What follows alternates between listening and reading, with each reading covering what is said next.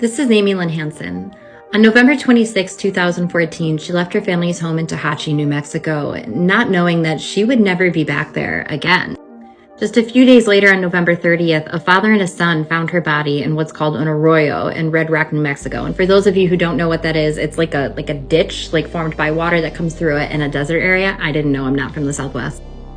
Her family had reported her missing to local authorities, and no one really seemed to do anything. They assumed she just ran away. They didn't make a big deal about it. And she, even though was found just a few days after she disappeared, she was in the morgue for 10 whole days before her family was ever notified that she was there.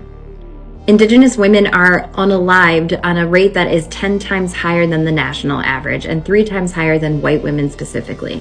In 2017, the fourth leading cause of death for Indigenous women under the age of 19 is homicide, and the sixth leading cause for women between ages of 20 and 44. And now when you really think about this, for women under the age of 19, that is saying anyone born from 1 on up to they turn 19, that's the fourth leading cause of death.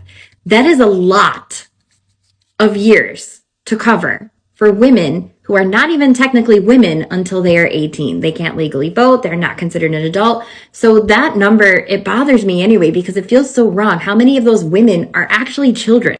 This is Tiffany Reed, and unlike Amy Lynn Hansen, she was never found. Amy's killer has never been caught, but Tiffany, they don't even know where she is. On May 16th of 2004, she left her family home on the border town of Shiprock, New Mexico to walk her 1-mile walk to school like she did every day, Monday through Friday.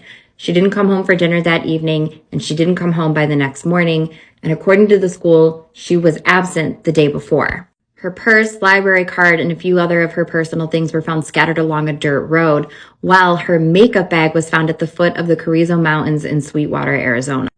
Tiffany wasn't even the only one in her family to become a victim of foul play. She also had an aunt that was unalived a few years after her disappearance, and prior to her disappearance, she had another aunt who was kidnapped and essayed and barely escaped her attacker. Now, this graphic is from the Urban Indian Health Institute, and what I think is really important to know is that anytime an Indigenous person goes missing, it's infinitely harder to establish the resources to be able to look for them because of multi-jurisdictional issues and so many other things that come into play. A lack of resources, a lack of desire to help them, federal law enforcement not showing up when they're supposed to, so many things. And in order to see this change, we got to speak up. So speak up, share this, share other podcasts about this, visit this website, see what else you can do to help, because this isn't cutting it.